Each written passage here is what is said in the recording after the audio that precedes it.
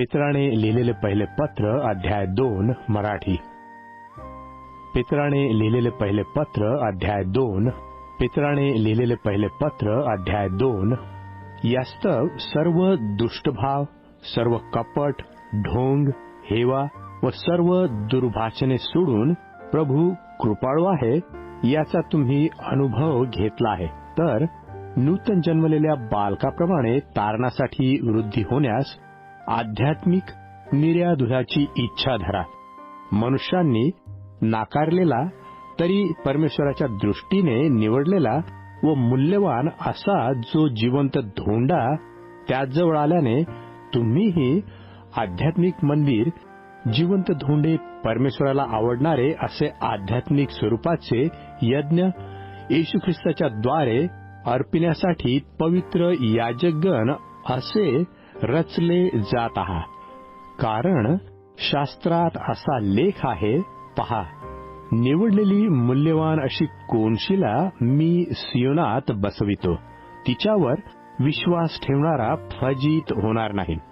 यास्तव तुम्हा विश्वास करणाऱ्यास सन्मान मिळणार.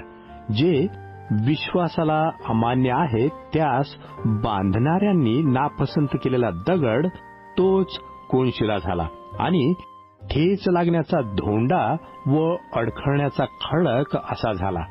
ते वचनाला अमान्य असल्याने ठेच खातात, त्यासाठी ते नेमलेही होते.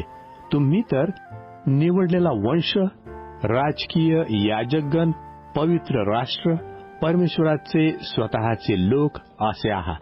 यासाठी की ज्याने तुम्हास अंधकारातून काढून आपल्या अद्भुत प्रकाशात पाचारण केले, त्याचे गुण तुम्ही प्रसिद्ध करावे. ते तुम्ही पूर्वी लोक नव्हता, आता तर परमेश्वराचे लोक आहात. तुम्हास दयेची प्राप्ती झाली नव्हती, आता तर दया मिळाली आहे. प्रिय बंधूंनो, जे तुम्ही परदेशी व प्रवासी आहात त्या तुम्हास मी विनंती करतो की जीवाबरोबर लढणाऱ्या दैहिक वासनांपासून दूर राहा.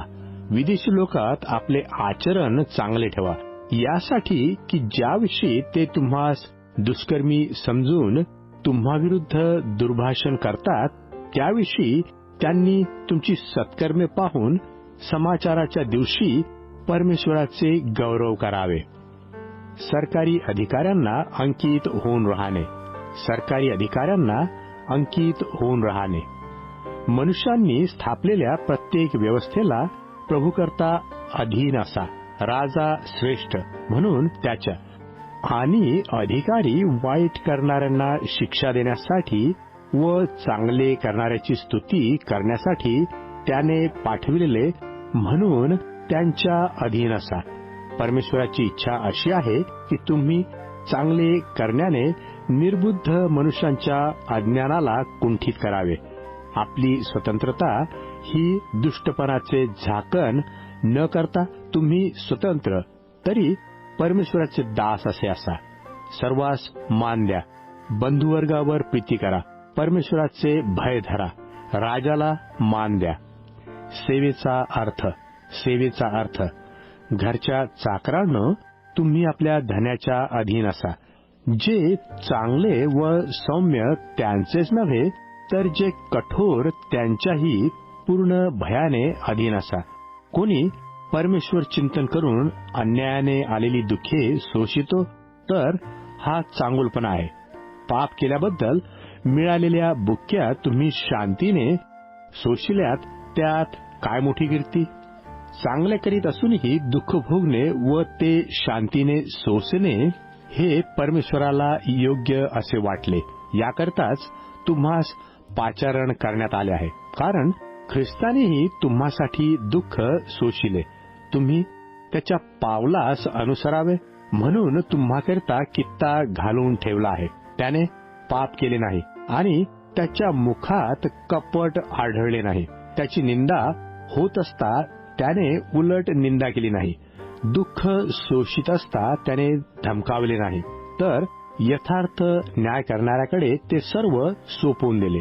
त्याने स्वतः तुमची आमची पापे स्वदेहाने वाहून खांबावर नेली, यासाठी की आपण पापाचरणासंबंधाने मृत होऊन धार्मिक आचरणासाठी जिवंत राहावे. त्याला बसलेल्या माराच्या वळांनी तुम्ही निरोगी झाला. तुम्ही मेंढराप्रमाणे भटकत होता, परंतु आता तुमच्या जीवाचा मेंढपाळ व अध्यक्ष याकडे माघारे फिरला आहात.